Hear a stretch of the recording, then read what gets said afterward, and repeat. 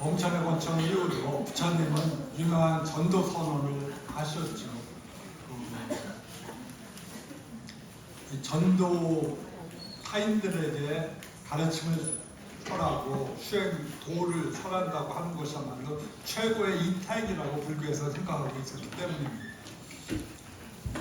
그래서 전도 선언을 하시면서 그는 부처님은 누구에게 설법을 할 것인가를 먼저 생각하다가 명상에 들어와서 보았더니 자신을 옛날에 가르쳤던 2명의 시행들은 이미 죽었고, 그 다음에 유력한 후보자는 자신과 함께 수행했었던 5명의 동료들이었죠.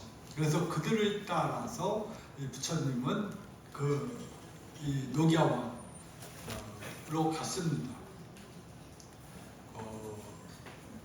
녹야원 대탑, 아석황 때 지었다 그랬죠. 그 녹야원 대탑에서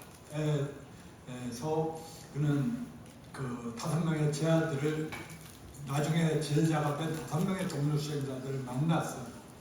그때 이 5명의 동료들은 멀리서 석가모니께서 오시는 걸 보고, 쟤는 그 우유죽을 먹었던 그 타락한 사문이다라고 해서 말을 하지 않으려고 했는데, 보니까 이미 광채가 나고 이미 깨달음의 징표가 있어갖고 자신도 모르게 전부 일어나서 그에게 먼저 인사를 했습니다. 인사를 먼저 나누는 것이 사소한 행위 같은데 모든 불전에서 항상 먼저 인사를 하더라고요. 좋은 말로. 그래서 스승이 먼저 인사를 하고 그다음에 아래 사람도 같이 인사를 나누고 서로 인사를 나누고, 그것들이 일반적인 가장 기초적인 그 예의로서 나오는데 그런 식으로 반응을 했습니다. 그때 보시오, 그대는 여기까지 가는가 할 때 부처님이 이렇게 말을 합니다.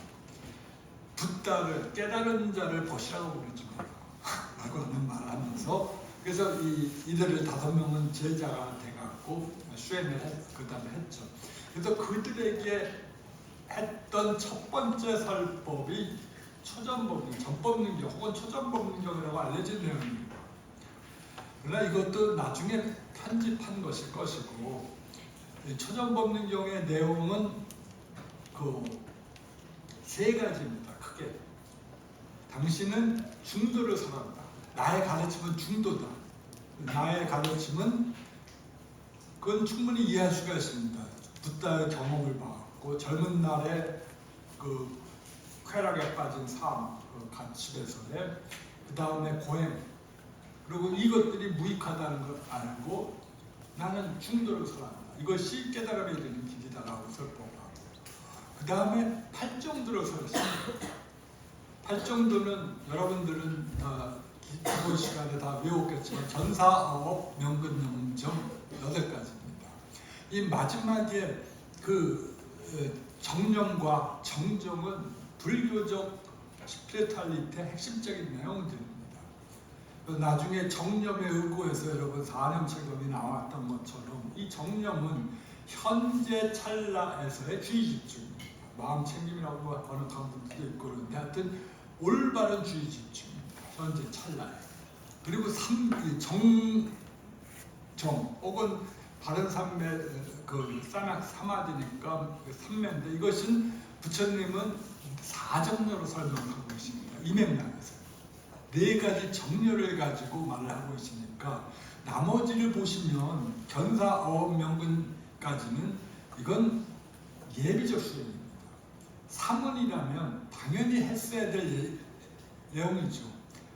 여기서 이 맥락에서의 정견은 윤회와 그 윤회의 원인 이침을 아는 올바른 인식이었습니다. 그러니까 당연히 그 다음에서는 정사, 올바른 생각이 아니라 여기서는 결단입니다. 나는 출가하겠다.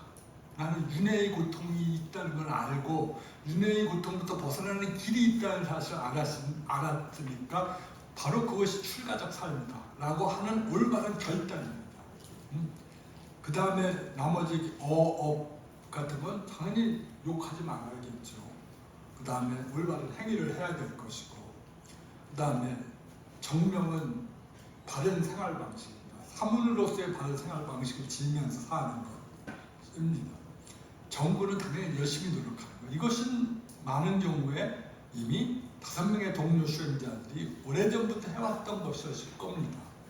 그러니까 나머지 마지막 두 요소, 정념과 정정, 정념이야말로 붓다가 어떻게 해서 붓다가 됐는지를 부처님이 최초의 설명을 하실 때 자기의 깨달음의 경험을 되돌이키면서 아마 말씀을 하셨을 것 같아요. 그러니까 너희들도 이러한 방식으로 수행을 한다면 나와 같은 방식으로 깨달음을 얻을 수 있을 것이다 라고 알려줬겠죠. 자, 그것이 그런 점에서 우리는 정념과 정삼매 혹은 정삼매로서의 사정론을 불교적 스피리추얼리티의 대표적인 것으로서 이해할 수가 있을 것 같습니다. 그리고 사성제라는 방식으로 이 길을, 수행도를 혹은 이 수행도에 대한 이 수행도를 어떻게 보아야 될 것인가를 알려줬는데 그것은 고집멸도라고 하는 4가지 사항들입니다. 모든 고제는 결국 생로병사든 혹은 팔고라고 하든 간에 그 다음에 뭐 미워하는 자와 만나면 싫고 그 다음에 좋아하는 사람과 헤어지는 것도 고통스럽고 그 다음에 원하는 걸 얻지 못하는 것도 고통스럽고 그 다음에 모든 오치원 모든 집착의 대상인 오온이 바로 고통스러운 것. 일종의 형이상학적 관점이지만 이 8종고를 말하고 혹은 3종고성을 말합니다. 즉 모든 것은 고통이다. 윤회에 속하는 모든 것이 고통일 뿐이다라고 하는 것이죠. 이럴 때 고통이라는 말은 조금 강한 표현일 수도 있을 것 같습니다. 왜냐하면 우리는 윤회 속에서 그래도 유명한 그 톨스토이의 인생론의 첫 번째 구절에서 나오는 것처럼 삶에서 달콤한 경험도 있지 않습니까? 오랜 나그네가 우물가에 물 먹으러 들어갔을 때 거기서 나오는 그 꿀의 맛이 고통을 위로시켜 주죠. 비록 그것이 흰지와 검은지가 매번 갈아먹고는 있지만 그래도 꿀맛이 단 건 아니겠습니까? 그래서 어떤 사람들이 고통이라고 하는 것보다는 불만족스러움이라고 하는 번역을 더 좋아합니다. 그렇게 본다면 다 완전히 맞죠. 자, 고제, 그러니까 모든 것은 불만족스럽다라고 하는 거죠. 집제는 부처님은 이 사성제 명량에서 가래라고 말씀하셨습니다. 가래는 그야말로 그 따나하고 트리스나라고 하듯이 그 목마름입니다. 그 갈망. 그리고 주로 여기서는 성적인 면에서의 그 갈망을 말하고 있습니다. 그 다음에 멸제는 고통이 소멸된 상태, 혹은 고통의 원인이 소멸된 상태고 그것은 열반으로 말하고 있습니다. 자, 도제는 8정도고 바로 위에서 말한 그 8가지 항목들이 됩니다. 자, 그러니까 이 핵심은 8정도인데 어떻게 우리가 수행을 할 것인가, 어떻게 이 현상적인 경험들을 어떻게 관찰할 것인가 하는 것들을 일종의 도식으로서 사성제라고 하는 도식으로서 보여주신 겁니다. 이 사성제는 따라서 초기불교와 아비달마 시대를 통해서 가장 중요한 교법으로 자리매김하고 있습니다. 대승불교에서도 사성제는 중요한 교법이 있죠. 네. 자, 이것이 바로 말씀드렸던 것처럼 이 녹야원타의 답으로 이루어지고, 네, 이렇게 쌍문의 조각이 있습니다.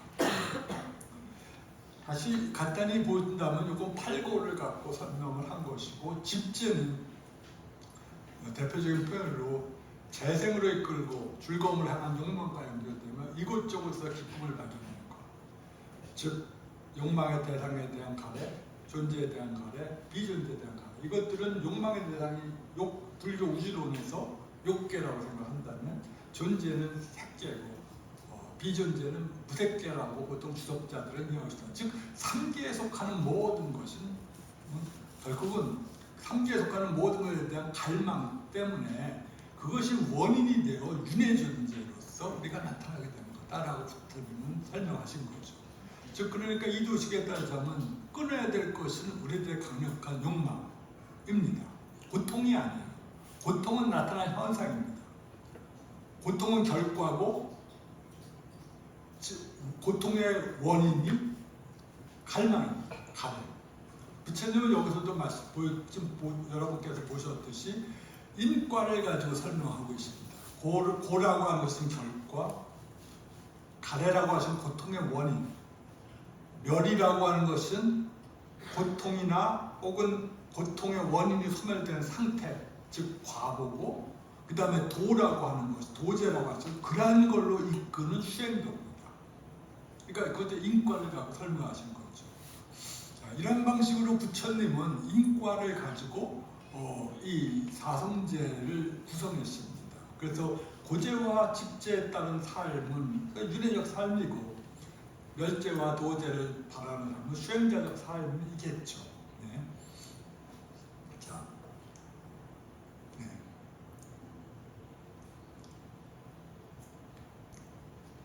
자, 이와 같이 사성제의 설명은 부탁 한편에서는 윤회와 업, 그 다음에 한편에서는 아트만과 물질의 존재성에 관한 조계적 논쟁에 어떤 입장을 취했는지를 보여주는데요.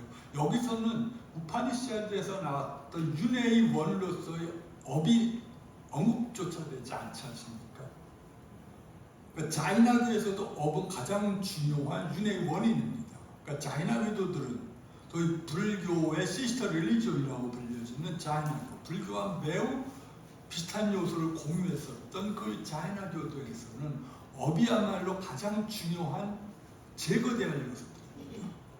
그래서 이들은 그 업을 물질적인 거라고 생각해서 마치 깨끗한 옷에 물기가 있으면 외부에 때가 달라붙는 것처럼 업은 그런 역할을, 그 깨끗한 영혼을 오염시킨다고 생각을 했어요. 업이, 행위가. 그래서 업을 제거하기 위해서 자이나교도들은 나중에 여러분들이 TV 같은 데 자이나교를 보시면 뭐 동물들 불사생을 하기 위하여 뭐 빗자루 갖다 쓸고 다니고 우기에는 돌아다니지 않고 같은 모든 삼원전통이 일반적인 것이지만 또 극단적인 그 살생의 회피, 그래야 나중에는 단식사를 최고 이상으로 삼았죠. 성자가. 그러니까 굶어 죽는 겁니다. 왜냐면 그러한 방식으로 업을 짓지 않는 것을 목표로 했습니다. 그러나 붓다가 볼 때는 그러한 짓은 바보짓이에요. 업이라고 하는 것은 만약 비유를 들면 마이너스 통장과 같습니다. 우리들은 무한히 많은 마이너스를 끄집어낼 수가 있어요. 중생들은. 그래갖고 통장을 썼는데 우리가 부들교가 생각할 때 우리 윤회하는 중생들은 무시일의 윤회라고 보통 말하거든요. 왜 무시무종이라고 하냐면 만약에 아까 아즈비카처럼 마칼리고살라처럼 시간을 정해놓으면 어떤 정해진 프로그램이 끝나면 모든 사람은 노력하지 않아도 해탈해버린다고 하는 불합리한 결과가 나오기 때문에 불교는 그거 타당하지 않다. 그래서 무시무종이라고 하는 아이디어를 받아들이거든요. 그 중에서 노력을 통해서 깨달은 자가 있고, 노력하지 않으면 계속 끊어오는 윤회적 맥락에서 생사를 거듭하는 그런 건데, 이 자이나교도들 경우에 우리들은 일종의 업을 지면 당연히 살아가는 한 어떻게 나쁜 업을 안 지을 수가 있겠습니까? 살아가는 매 찰나찰나가 우리가 각성한 붓다의 삶이 아닌 한 그 마이너스 업이 쌓일 텐데요. 그러니까 마이너스 통장을 그냥 당겨 쓸 수밖에 없거든요. 그것이 저희 부처님이 어느 경제에서 말했듯이 그야말로 내가 이제까지 태어나면서 죽인 동물들이 흘린 피는 바다보다 더 많을 텐데, 동물들이 흘린 피가 그 많은 살생의 죄를 어떻게 깨끗한 업을 통해서 제거할 수가 있겠어요? 무한히 쌓인 그 마이너스 통장을 지금 100원, 1000원 갚는다고 언제까지 이것이 플러스로 돌겠습니까? 그러니까 부처님 생각할 때 그건 바보짓이에요. 그건 불가능한 일이었다고 생각했습니다. 그래서 부처님은 그러한 행위 대신에 행위의 원인, 행위를 일으키게 하는 근본적인 정신적인 추동력으로서의 번뇌를 생각하신 겁니다. 우리들의 심적인 부정적인 경향을 우리가 끊을 수 있다면, 그러면 우리는 아무리 많은 업을 설사 쌓았다고 하더라도 내가 현생에서 그걸 나의 나쁜 생각의 경향성들을 완전히 끊을 수 있다면 나는 아란이 될 수가 있다고 부처님 가르치셨던 거거든요. 그러니까 여러분들이 은하열차 999인가를 보셨겠지만 어렸을 때 보시면 그것도 완전히 불교적 소리거든요. 일본어. 그러니까 객차가 있고, 그러니까 기관차가 있고 객차가 있어요. 객차는 수없이 많은 수가 있다. 모터가 강력하면 천량이나 되는 그 기관 객석을 끌고도 우주를 여행할 수가 있지 않겠습니까? 우리들의 강력한 삶의 욕망들, 강력한 그 번뇌, 부처님이 가라고 했던 것, 그것은 너무나 강력하기 때문에 이 윤회 세계를 계속적으로 끌고 나가는 거거든요.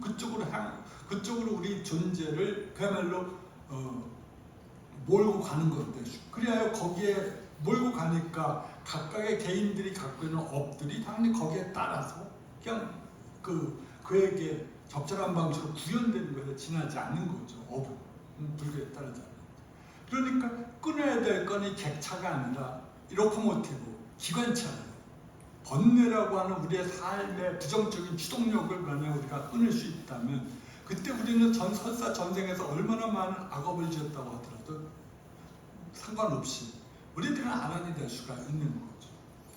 유명한 그 앙굴리말라의 경은 아시죠? 그 1000명의 999명의 그 무고한 사람을 죽였지만 부타께서 그의 그 미혹을 깨우쳐 주셨고, 그야말로 오매불망 정진하면서 아란이 됐던 인물. 그와 같이 자이나교에 따르자면 가능한 스토리가 아니죠. 불교에 따르자면 가능한 스토리입니다. 기관차를 스톱시키면 돼요.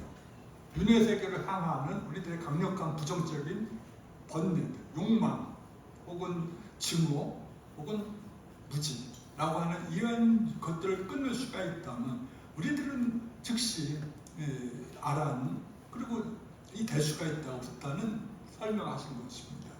그래서 그런 점에서 굉장히 자연이라는 천연지판이죠. 업을 끊는 길이 아니라 번뇌, 우리들의 심적인 추동력, 부정적인 욕망을 끊는 것이니까 포인트가 완전히 달라지는 겁니다. 물론 불교에서도 업은 중요한 역할을 합니다. 그러나 2차적인 원인일 뿐이에요.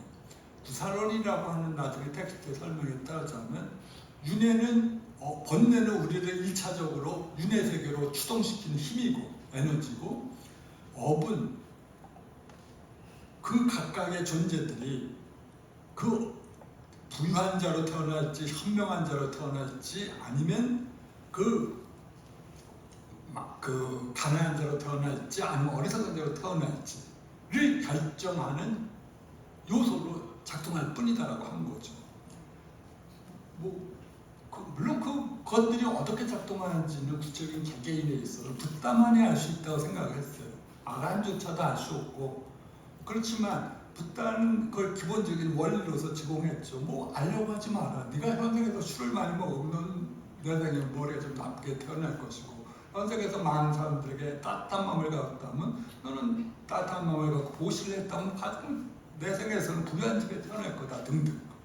항상 윤회 세계와 업의 메커니즘은 항상 기브앤테이크거든요. 윤회 세계에서 업의 메커니즘은 기브앤테이크 이상도 이하도 아닙니다. 업이라고 하는 것은 그걸 정확하게 소위 레귤레이션하는 원리일 뿐이죠. 물론 그것이 그 다음 생에 즉각적으로 발현되지는 않고 적절한 조건이 누리것일 때 발현된다고 하는 차이가 있기 때문에 그 다양성이 나타나지만, 어쨌든 간에 업은 윤회 자체로 추동시키는 것이 아니라, 불교의 기본 관점은 그 윤회 세계 속에서 존재의 구체적인 양상을 정할 뿐이에요. 한 개체가. 자, 내가 인도 사회 속에서 브라마로 태어나는 것과 슈드라로 태어나는 것과의 차이는 현양차가 참 그야말로 너무나 큰 차이가 있지 않겠습니까? 또 내가 따뜻한 마음을 갖고 태어나는 것과 증오심을 갖고 태어나는 건 너무나 인생을 바라보는 스펙트럼 자체가 달라질 것 같아요. 그러니까 우리가 보통 EQ라고 말하지만 타인에 대해서 보다 연민심을 갖고 따뜻한 마음, 그런 품성을 갖고 태어나는 사람과 공격적이고 타인에 대한 증오심을 개발시키는 사람들의 이 세계를 보고 타인들을 보는 것과는 전혀 다를 건데, 그러한 것들이 그러한 것 방식대로 규정하는 힘이 업이라고 생각하는 겁니다. 불교는. 그런 점에서 업은 2차적인 원로서 불교도 아비달마에서 인정하고 대승에서도 마찬가지입니다. 자,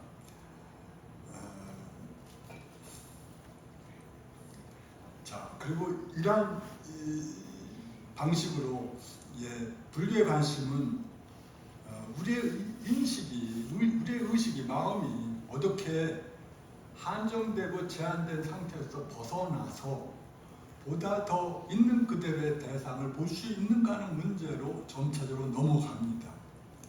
아마 붓다께서 이 사정렬을 말씀하실 때 이러한 측면들이 강해질 거예요.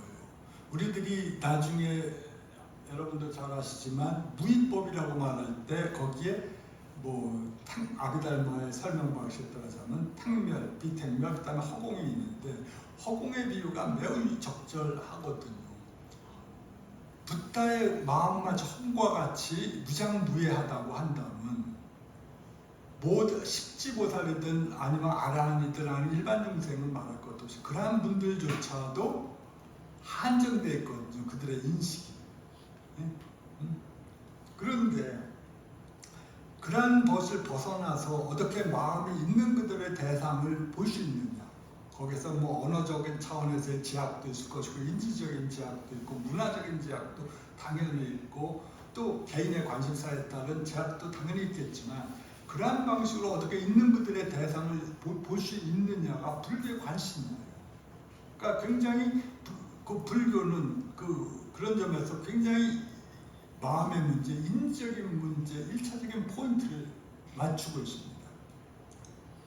왜 불교가 마음의 종교고 마음의 1차적인 포인트가 맞춰지는가 하면 바로 마음작용의 말을 우리가 조금 이따 우리가 두 번째 강연에서 듣게 되겠지만 그것이야말로 기본적인 가장 근본적인 사실이에요. 다시기 때문에 그렇기 때문에 불교가 처음으로 서양에 소개되었을 때 19세기 초에 불교를 그 당시 최첨단 학문이었던 사이콜로지를 가지고 부디스트 사이콜로지라고 리스다이비스가 빨리 불교를 소개했거든요. 왜냐하면 심리학적인 설명에서 마음작용에 가장 1차적인 포인트가 놓여 있습니다. 그러한 마음작용을 잘 쓰면 성자가 되고 마음작용을 잘못 쓰면 그야말로 지옥 중생으로 가는 것처럼 그와 같이 마음작용을 어떻게 컨트롤하느냐, 그래서 마음작용의 본성이 무엇인가를 불교는 해명하는데 1차적인 관심을 가지게 되었어요. 자, 그것이 조금 오수업의 그 내용이지만 하여튼 여기서도 그러한 방식으로 이 심적 작용들에 대한 문제가 나타난다고 하는 거고, 그 다음에 이 정정, 마지막 요소들은 이 정료로 언급되기 때문에 사마타 수행의 축제에 맞춰져 있다고 보이는 겁니다. 그러니까 그 팔정도 시스템은 바로 사마타 수행이에요. 사마타 수행이라는 것은 일종의 마음을 고요히 하는 거거든요. 사마타가라고 하는 의미가 샴이라고 하는 어원에서 나온 것처럼 마음을 고요히 하는 겁니다. 그러니까 혼란스러운 마음을 가라앉히고, 그래서 그치자로 이 사마타를 번역하는 매우 좋은 번역이에요. 우리가 혼란스럽고 산란된 마음을 가라앉힌다는 점에서 그치입니다. 그런데 바로 이것이 붓다는 이러한 사마타 수행을 통해서 최종적인 목표를 얻었거든요. 그러니까 그 사마타 속에서 그는 아마 이제까지 그래 최종적인 단계 속에서 장애했었던 여러 가지 지적, 정서적 장애들을, 인지적 장애들을 극복했을 거예요. 왜냐하면 우리가 앞에서 봤듯이 그는 그 무색정의 마지막 단계까지도 돌파한 인물이었는데, 그럼에도 이것이 열반이 아니었다고 하는 그러한 인식하에서 그러한 고행을 했지 않았습니까? 그러니까 거기서의 마지막 문제는 그 어떤 그 최종적인 어떤 인지적 장애들, 소위 그 불교 우주론에서 이거 약간 좀 설명을 해야 되는데, 마지막 단계가 무색계에 해당되는 무색정인데, 그것이 첫 번째가 소위 그 공무변처고, 두 번째가 식무변처고, 세 번째가 무소유처이고, 네 번째가 비상비비상처라고 하는 것이, 이것이 올라갈수록 더 상승 부위인데, 상층적인 단계인데, 공무변처라고 하는 것은 허공의 무한성을 관찰하는 겁니다. 수행자가. 그러니까 수행자가 이제 다선정일 때는 부지적인 어떤 대상을 갖고 자기의 마음의 소위 느낌을 가지고 하든지 혹은 희를 가지고 하든지 나를 가지고 명상을 하는데, 여기서는 허공의 무한성을 가지고 무한성을 대상으로 해서 명상을 하는 거예요. 말은 쉽지만 이것이 그 어떤 대상, 우리는 이 공간을 구체적인 이 의자가 있고 집이 있기 때문에 이것을 집이라고 하는 방식으로 인식하고 있는데, 그러한 모든 제한이 없고 한정이 없고, 소위 말해서 불교식으로 분재성이 없이 허공 그 자체만을 본다고 할 수 있다면 그 자체만도 대단한 것인데, 이 허공의 무한성을 상대로 대상으로 해서 명상을 하는 것이 공무변처입니다. 그 다음에 식무변처도 마찬가지예요. 바로 이것은 보여지는 대상이 허공인데, 식무변처는 바로 보고 있는 의식 자체를 다시 대상으로 해가지고 명상을 하는 겁니다. 무소유처정은 어떤 것도 존재하지 않는다는 것. 그것이 아마 함축적으로 이 능소가 모두 해체된 어떤 상태를 함축할 수도 있는데, 그 어떤 것도 존재하는 것이 없어요. 그리고 비상비상처는 지금 자기가 보고 있는 어떤 대상이 무엇이라고 부를 수도 없는 것. 상도 아니고, 즉 관념으로서 파악할 수 있는 것도 아니고, 그렇다고 관념으로서 파악할 수 없는 것도 아닌 어떤 것을 지금 대상으로 해서 이 수행자는 명상을 하고 있는데, 그것이 최고의 명상 단계로 간주되고 있어요, 전통적으로. 자, 그런 방식에서 이 사마타 수행은 바로 이것들을 포함하고 있는 건데, 이것이 마음의 적정을 통해서 이러한 방식의 명상 대상을 띄우고, 이 명상 대상을 좀 보다 더 세련되고 심오하게 구성하면서 이 자기의 마음을 정화시키고 청정하게 해가는 방식입니다. 이것이 샤마타 수행이죠. 그 다음에 수행이 뭐냐 그러면,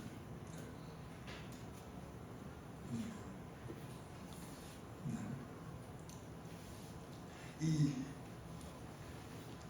두 번째 경이 무아상경인데, 5명의 제자들을 상대로 첫 번째 가르쳤다고 하지 않았습니까?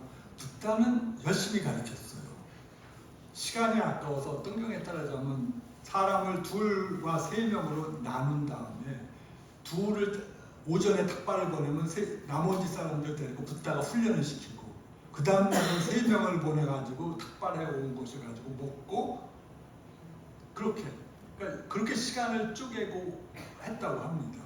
붓다가 우리가 이 전법민경을 모험하듯이 중도, 팔정도, 사성제인데 그걸 가지고 계속 떠들었겠습니까? 아니죠. 그 마지막 2 요소, 정념과 정산매를 제자들에게 집중적으로 훈련시켰을 거예요. 프락시스로서. 그런데 그렇게 열심히 붓다께서 가르치시고, 제 5명의 제자도 열심히 그렇게 노력했음에도 불구하고 붓다가 원했던 결과를 아무도 붓다가 원했던 결과를 누구도 보여주질 못했습니다. 이때 붓다의 또 교육자적인 위대성이 나오는데 그는 완전히 방법을 바꿨어요. 두 번째 보통 그 비나에 설하던 경들이 무아쌍경이라고 말해지는 경입니다. 이 무아쌍경은 무아의 특징입니다. 를 설하는 건데 여기서는 먼저 말씀드리면 비파샤나라고 불러지고 요새 위파샤나라고 하는 말이 워낙 유행인데 산스크리트 전통에서는 다 비파샤나라고 말을 하니까 저는 비파샤나라고 말을 하겠습니다. 이 비파샤나라고 하면 관찰입니다. 관찰 수행이에요. 무엇을 관찰하냐면 여기서 붓다는 앞에 것이 샤마타 수행이라면 이제 비파샤나 수행을 가르치시면서 자기 자신을 관찰하는 것, 자기의 심신을 관찰하는 방식을 권장했습니다. 그래서 일단 자기 자신의 신체가 뭐로 이루어졌냐고 붓다는 제자들에게 물어봤습니다. 우파니샤드 가르침에 따르자면 혹은 그 당시 공유하는 그러니까 인지적 세계죠. 인간은 물리적 세계와 심리적 세계의 복합체다라는 것 같아요. 즉 인간은 마음과 물질로 이루어져 있다라고 하는 것이 우파니샤드의 가르침이에요. 그것이 명과 색인데 여기서 명은 심리적 요소고 색은 물리적 요소입니다. 자, 인간은 그렇게 이루어져 있습니다. 자, 인간은 어떻게 보면 이 탄소와 단백질 덩어리에서 물리적 요소로 구성된 것 같지만 우리들이 언어를 통해서 쟤는 싶은 것 같아라고 할 때 그걸 보면 다른 사람들이 제 상태를 짐작하고 또 나의 상태를 말할 수 있는 것처럼 그와 같이 심리적인 요소도 갖고 있어요. 그리고 불교에 있어서는 물리적 요소보다 당연히 심리적인 요소가 더 중요했기 때문에 불교는 이 명색을 다시 명을 4단계로 세분해서 명을 수상행식의 4가지로 더 세분했습니다. 수라고 하는 것은 이것은 고통스러운 느낌, 즐거운 느낌, 고통스럽지도 즐겁지도 않은 느낌, 중립적인 느낌 3가지입니다. 그러니까 영어에서의 필링과 같은 그런 다양한 느낌이 아니라 특정한 고통, 즐거움, 불고불락이라고 하는 느낌만 관련되어 있어요. 상이라고 하는 게 조금 어려운데 그리고 여기서 붓다의 철학자적인 측면이 드러납니다. 이 상이라고 하는 것은 짠냐라고 부르고 여러분들이 그 근강경을 보면 많이 사상할 때 나오는 것이 바로 이 상인데 보통 생각이나 관념으로 번역되고 있습니다. 그런데 보다 구체적으로 나는 이것이 물병이라고 생각한다 라고 할 때 이것이 물병이다 라고 하는 것을 다시금하는 거예요. 상이라고 하는 심리작용. 그러니까 나는 이것이 물병이라고 안다라고 그러니까 I know that it is a water bottle 라고 할 때 왜 그렇게 말하면 데디아가 명확하게 이 상을 내용을 알려주는 이것이 물병이라고 나는 지각했어요. 그렇지만 그 다음 찰나에서 이것이 물병이라는 것을 아는 것이 상해 작용이라고 일단 설명하신 겁니다. 짠냐 관념이라고 우리가 어떤 말하는 거죠. 혹은 철학 공부하는 사람들이 있을 통각이라고 하는 혹은 통각이라고 말하는데 즉 그것은 무엇에 대한 제 2차적 알미라고 하는 겁니다. 이것이 뭐라고 하는 것에 대한 2차적인 알미 바로 싼냐 혹은 싼지냐 산스크리트로 상해 내용입니다. 자, 그런데 즉 관념이라든가 생각을 쉽게 번역됐을 때 그것이 두 번째 심리적인 요소고 행위라고 하는 말도 또 역시 어려운 단어입니다. 한문이 어려운 게 이렇게 큰 의미를 갖고 있는 단어들이 행위라든가 그것이 너무나 다른 단어와 혼용이 되어 쓰이기 때문에 그 정확한 명인학을 찾기 힘든 것이에요. 행위라고 하는 것은 달행자가 아니라 요 맥락에서는 우리들의 의욕작용입니다. 강력한 분출, 의욕과 욕구의 분출들 우리의 정서적 심리적인 추동력들이 행입니다. 즉 업을 짓는 모든 종의 심리적인 그 추동력들이 행으로 하는 말로 표시되어 있어요.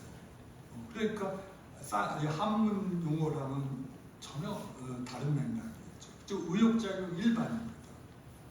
오온의 맥락에서 이해하실 때 오온은 가장 중요한 불교 개념이고 거기서 우리가 아까 말씀드린 것처럼 물리주의자들의 관점과 완전히 다른 불교가 생각할 때 인간이란 무엇인가 혹은 중생이란 무엇인가 할 때 심리적, 물질적 복합체라고 붙다가 불교가 주장할 때 그 근거입니다. 불교는 결코 물리주의적 관점을 따를 수가 없어요. 그것이 아무리 현대적 입장이라고 하더라도. 자, 그래서 이 행이라고 하는 것이 의욕작이고 그 다음에 식이라고 하는 것이 지금 문제인데 이 식은 일종의 감각지각적인 가장 미세한 차원의 대상 인지예요. 그래서 아까 말한 무엇인가를 아는 인지했지 않습니까? 이것이 어떤 형태, 흰 플라스틱에 이런 파란 하늘색 뚜껑을 달린 어떤 물체라는 걸 인지했어요. 그것이 식입니다. 그리고 이것이 물병이다 라고 아는 것이 상입니다. 그리고 이것을 이것을 파악했으니까 그걸 잡아서 먹어야지라고 하는 것이 행위고, 그리고 수라고 하는 것은 저 물이 목마랐을 때 먹으면 매우 즐거운 느낌을 주고 뭐 그런 식으로 하는 느낌과 관련된 겁니다. 그리고 이것들은 재질은 물질인 걸로 만들어졌죠. 이것이 사실은 우리들의, 저는 이걸 예로 들었지만 우리들의 몸뚱아리 전체를 대상으로 하는 겁니다. 우리들의 색이라고 하는 것은 초기 불교에서 우리 신체를 가리켜요. 수라고 하는 것은 느낌, 상이라고 하는 것은 생각, 관념들 혹은 통각들, 이건 추동력, 미세한 감각, 지각적 차원에서의 인지를 가리킵니다. 자, 이렇게 붓다는 이 무아성경에서 인간이 무엇인가 혹은 중생이 무엇인가를 설명할 때 이렇게 규정을 했어요. 인간은 심리적, 물질적 복합체다. 쉽게 말해서. 자, 그렇게 하면서 이러한 전제 하에서 이제 붓다는 두 번째 단계로 넘어갑니다. 어떤 단계냐면 왜 붓다는 일종의 논증적인 방법을 사용해요.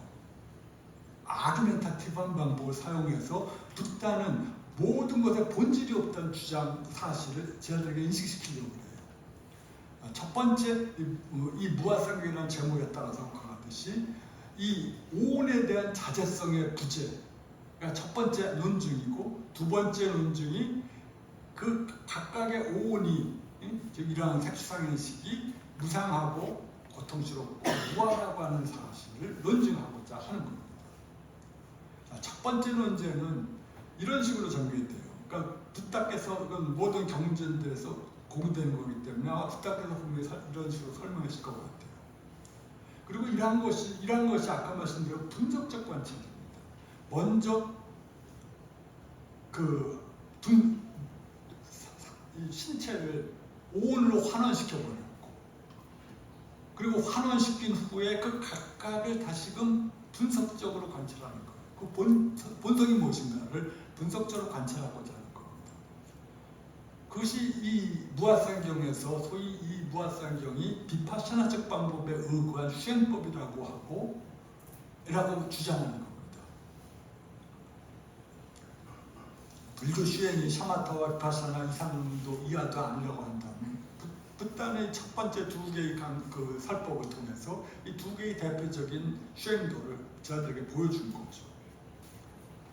자, 첫 번째 자제력의 부재를 통한 눈변이라고 하는 것은 그 신체가 만약 자아라고 한다면 여기서의 자아는 우파니샤적 자아입니다. 모든 것을 내적에서 컨트롤하고 설사 신체가 다 단백질 덩어리가 불타오르더라도, 그리고 화장을 해서 타오르더라도 거기에서 살아남아있는 본질, 그겁니다. 그리고 만약 신체는 아트만, 자아가 아니다. 만약 그것이 아트만이라고 한다면 우리들은 이 아트만이 내적 본질이고 내적에서 모든 걸 컨트롤하는 힘이니까 나의 신체에 대해서 이렇게 나의 신체 지금 이렇게 흰머리 컬 나는 거 보기 싫은데 다시 검은색으로 돌아가 라고 하면 아트만의 지배력 때문에 신체가 그렇게 대항을 하죠. 그러나 우리가 100년 동안 내 머리 검해줘라고 아무리 떠들어봤자 머리만 하얘질 겁니다. 스트레스 받아가지고. 그와 같이 이 북단은 그 자제력, 너희들은 이 자제력이 없지 않느냐. 근데 우파니샤드적 아이디어에 따라서 만약 내적인 본질이 아트만이라고 한다면 그리고 나가 아트만을 통해서 아트만은 모든 것에 대한 컨트롤링하는 힘을 갖고 있으니까 거기는 명령하면 따라야 되는데 신체는 따르지 않는다는 거죠. 혹은 우리 그것들과까지 수에 대해서도 적용시킬 수 있겠죠. 우리가 즐거워하는 슬픈 고통스러운 느낌을 받는데 그거 고통스러운 게 아니야. 즐거운 거야 라고 아무리 해봤자 안 되지 않습니까? 일반적인 사람들. 따라서 북단은 이러한 방식에서 자제력이 없기 때문에 우리들은 색수상행식을 아트만이라고 부를 수가 없다고 주장하는 겁니다. 말하는 겁니다. 자, 만약 거꾸로 대승불교에서 말해서 우리가 모든 것에 대한 관자재 보살처럼 모든 것에 대한 컨트롤링 파워를 갖고 있다면 그땐 또 다른 문제겠죠. 그렇지만 여기서는 초기불교의 논변입니다. 두 번째 논변이 보다 더 성공적인 논변이었어요. 조금만 빨리 하겠습니다. 이것은 이렇게 말합니다. 무상하고 고통스럽고 따라서 무하다라고 하는 건데 너는 신체가 무상하다 생각하느냐 무하다고 생각하느냐. 당연히 무상하겠죠.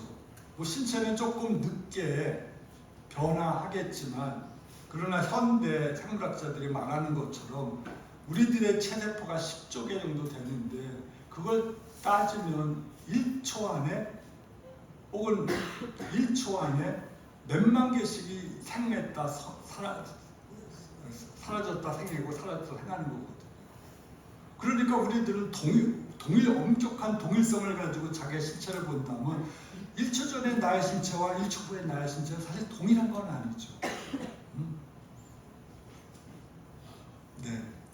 그러니까 마찬가지로 느낌은 보다 더 정확하지 않습니까? 어떤 사람에 대한 증오심이 그 다음 순간 걔가 던진 따뜻한 말 한마디에 녹는 걸 보면 그 우리들의 생각도 우리들의 느낌도 불변하는 게 아니에요. 무상한 겁니다. 상도 마찬가지, 생각도 마찬가지죠.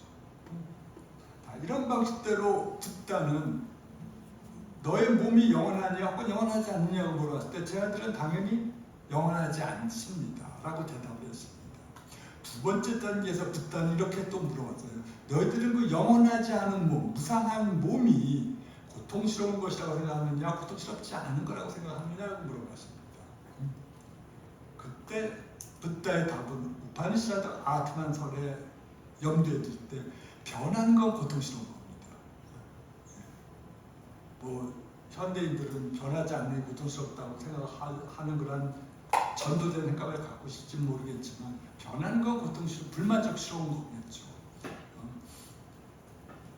자, 그리고 그래서 대답을 이끌어낸 후에 붓다는 또 너희들은 무상하고 따서 고통스러운 것이 아트만이라고 생각하느냐 아트만이라고 생각하지 않느냐고 물었을 때 당연히 아트만이 아니라고 생각했습니다. 아트만은 여기서 일종의 그 본질이라고 생각하시면 됩니다. 본질을 갖고 있느냐 본질을 갖고 있지 않느냐 어떤 것도 본질을 갖고 있지 않습니다 라고 대답을 한 겁니다. 그러니까 모든 것은 본질이 없다는 겁니다. 핵심적인 주장입니다. 붓다가 생각하시는 것이. 우리들은 본질이 없는 세계 속에 살고 있어요. 뭐 대승에서 어떤 선사가 혹은 나중에 선사가 말했던 것처럼 우리들은 그야말로 백척난간에서 한 걸음 더 나간다고 하는 그 선사의 말씀처럼 우리들의 우리 대승적인 리얼리티 시험을 할 때는 그야말로 한 발부터 토대가 없는 세계 속으로 나가려고 하는 것처럼 이 무아의 교설도 바로 우리들로 하여금 이 세계가 토대가 없다고 하는 것, 무상하고 따라서 불만족스럽고 따라서 토대가 어떤 본질도 갖고 있지 않은 세계라는 사실을 직시하라라고 말을 하는 거거든. 여기서 붓다는 달콤한 솜사탕을 가지고 우리들을 위로하려는 게 아니에요. 붓다는 이 세계의 실상이 이렇다는 것, 그리고 진실로 고통으로부터의 탈출은 이러한 실상을 알았을 때 나오는 거지, 걷다가 마치 나르시시스적인 어떤 도치처럼 그러한 것으로 마치 실상이 아닌 것 실상처럼 생각을 해가지고 그것을 가지고 달콤한 솜사처럼 위로를 찾는 데서 발견되는 게 아니라고 붓다는 생각을 하는 겁니다. 우리들은 어쨌든 근거가 없는 세계, 어떤 본질도 없는 세계 속에 던져져 있고, 우리가 본질이라고 하는 것은 따라서 뭐겠습니까? 문화적, 사회적, 언어적으로 구성된 것이라고 하는 함축도 갖고 있는 거죠. 아까 말한 상을 생각해 보시면. 그런 방식으로 우리는 이 세계를 붓다의 설명에 따라 만들어가고 있는 겁니다. 어쨌든 간에 그 문제는 나중에 언어 문제와 관련돼서 좀 나중에 설명하고, 이러한 방식으로 붓다께서 무아상경에서 인간 존재를 오온으로 환원시켜서 분석하고, 각각의 오온들이 무상하고 따라서 불만족스럽고 따라서 어떤 본질도 없다는 방식으로 관찰하라고 제자들에게 요구했습니다. 혹은 가르쳤습니다. 그 결과는 놀라웠습니다. 5명의 자들은 모두 성자가 되었습니다. 꼰다네라고 하는 사람은 아량과를 얻었고, 나머지는 처럼 법안을 얻었어요. 그러니까 즉 예륙과 이상의 그 성자 단계를 도달했습니다. 그것은 이제까지 그들이 추구하고자 마지 않았던 것이 그런 아토몬과 같은 상태였을 것 같아요.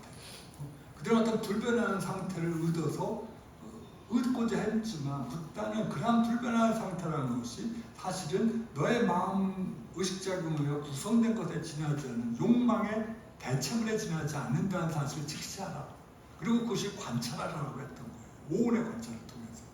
그때 그들은 현상적인 오온의 관찰을 통해서 머리털에서부터 발톱까지, 그다음에 자기의 느낌, 그다음에 생각, 그다음에 욕망작용, 욕구작용, 그다음에 지각까지 또 관찰했을 때 거기에는 어떤 것도 고정된 것이 없고, 무상한 어떤 것도 영원한 것이 없고, 어떤 것도 따라서 불만족스러운 상태일 뿐이고, 어떤 것도 따라서 본질이 없다는 사실을 직시할 수가 있었습니다. 그것이 바로 이 붓다가 이 무아상에서 제자들에게 가르치려고 했던 내용들이었습니다. 그리고 이 방법은 말씀드린 놀라운 효과를 갖고 왔어요. 제자들이 5명 모두가 성자가 되었고, 따라서 이 방법이 후대 불교 수행 전통에서 하나의 가장 대표적이고 가장 뛰어난 수행도로 간주되었다는 건 이상한 일이 아닐 것입니다. 김재성 씨가 언젠가 논문에서 발표한 걸 보니까 정확하게 기억은 나지 않는데, 초기 불교 수행자들의 니카야를 분석해 볼 때 이러한 비파샤나를 통해서 깨달은 사람들이 3분의 2 정도가 되고, 나머지 샤마타가 나머지고, 나머지 그 중에 또 일부가 2개다. 샤마타 비파샤나를 2개 다 수행한 방식으로 깨달았다고 하는 그런 내용을 한 15년 전에 발표한 적이 언뜻 기억나는데, 이러한 방식으로 이 비파샤나는 매우 탁월한 효과를 갖고 있습니다. 모든 환상으로서 이해하라. 더 이상 환상을 리얼리티라고 생각하지 말라 라고 하는 게 부하상경에서의 붓다의 메시지입니다. 그리고 이것을 자기의 신체에 대해서, 생각에 대해서 적용시키니까 얼마나 그것이 철저하게 적용이 되겠습니까? 만약 이런 방법으로 꼰다네를 비롯한 사람 수행자들이 그걸 했다면, 그는 어떠한 것에도 환상을 갖고 있지 않고, 최소한 그것들이 어떠한 본질도 갖고 있지 않다는 사실을 여실히 알았을 때, 그때 법의 눈이 띄이고 모든 번뇌의 때로부터 벗어날 수가 있었다라고 말을 하는 것 같습니다. 네. 자, 이것이 바로 나르시시적인 불교의 선정이 결국 나르시적인 도치가 아니라는 거거든요. 처음에 이 산매가 소개됐을 때 이 유럽 미국의 심리학자들은 이 선정이라는 것이 어떤 무리를 도취시키는, 마치 무슨 이슬람의 슈피 춤처럼 우리들 도취 상태에 빠져갖고 마치 그 트랜스 상태에서 빠지게 하는 어떤 걸로 생각을 했는데, 불교 명상을 수행할수록 이것은 우리를 도취시키는, 그러니까 그 슈피의 춤과 같은 그런 방식대로 하는 것이 아니라 제정신을 놓게 하는 것이 아니라 제정신을 오히려 더 철저하게 가지면서 우리가 이제까지 환상을 가지고 만들어냈던 온갖 종류의 그 직립적인 생각들 혹은 덧붙여진 그러한 아이디어들을 배제하는 것, 제거하는 거다라는 사실을 알게 되었고, 그것이야말로 불교 명상의 다른 명상과는 다른 불교 명상의 특징으로 되어 있거든요.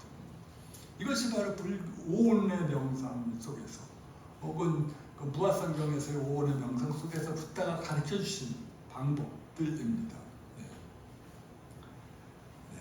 이것은 뭐 다 여러분들이 다 아시는 것이고, 그 삼포비는 무상고 무아하고 뭐 초류의 대표적인 것은 알미 확인과 같은 역할을 하는 것이고, 자, 이러한 방식으로 같은 그 다음 것도 역시 이 아트만을 부정하면서, 그런 아트만이라는 것이 실적으로 있는지 없는지는 모르겠지만 그것은 우리들의 욕망과 의욕작용에서 만들어내는 환상적 대천내지 하지 않는다고 생각을 하는 거죠. 그런데 환상을 따라가면 결국은 잠시는 만족할 수 있겠지만 결국은 나중에는 회원만 쌓이는 것처럼 그것들을 아트만에 대한 환상 속에서 그 영화성을 추구하면 오히려 리얼리티를 보지 못한다는 거죠. 불교가 붓다께서 말씀하신 건 그러한 근거 없는 세계 속에 발을 담그는 것, 그리고 그것을 용감하게 그 세계 속으로 용감하게 들어가는 것입니다. 네. 그렇지만 붓다는 마지막에 나온 것처럼 아트만이 있느냐라는 말에도 답하지는 않으셨고, 아트만이 그렇다면 없느냐는 말에도 답하지는 않으셨습니다. 그것들은 과로하는, 이것들에 대해서는 그 아트만이라는 것이 완전히 형이상학적이고 추상적인 질문이기 때문에 그런 것이냐, 아니면 또 다른 의미를 갖고 있냐는 건 또 다른, 결국 나중에 그 문제는 대승불교 철학자들의 과제로 남겨져 있습니다. 네. 자, 너무 시간 지났으니까 그렇죠. 네. 어차피 그 오후 시간에 무아설이 함수 다시 한번 리뷰하면서 하고, 그 다음에 의식의 문제가 왜 중요한지 다시 들어가도록 하겠습니다. 너무 이해할 수 없지는 않은지 모르겠습니다. 네, 감사합니다.